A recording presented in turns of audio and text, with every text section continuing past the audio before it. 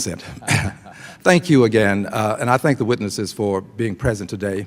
And I do concur with you, Mr. Chairman. We all agree that we should do the right thing with reference to Puerto Rico and the Americans who are in Puerto Rico. The question that we will confront today is very simply put: will we in the Congress allow the Americans in Puerto Rico to do the very same things that we allow the Americans in the 50 states to do?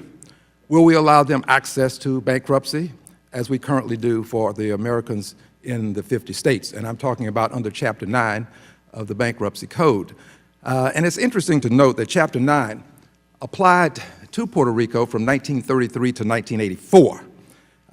And then mysteriously, for some reason, Puerto Rico was exempt from Chapter 9.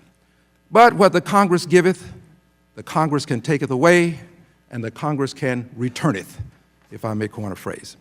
And I think that we may be at a point where we need to do so. I would also add this, that Chapter 9 would not be enough.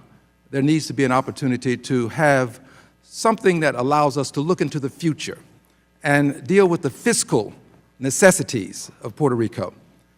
This restructuring process might be called some sort of independent council or board, if you will, but it has to have autonomy and independence.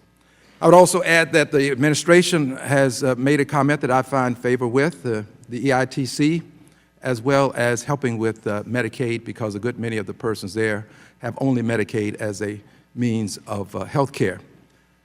This is an important issue for us. I believe that we can find a consensus. The mandate has been given by the Speaker, but it's up to us to have the will to follow through.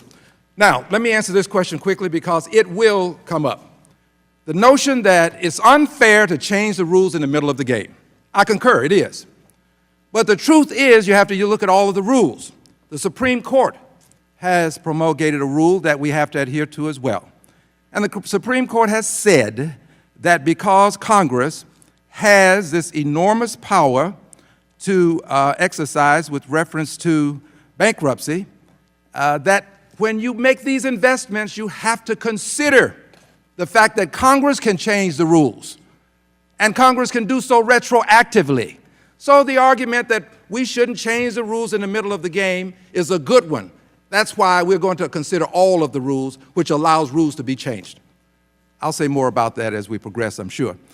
With that said, I'm honored now to yield time to the gentlelady from New York, New York's 7th Congressional District, who has been a preeminent leader in this area, the Honorable Lydia Velázquez.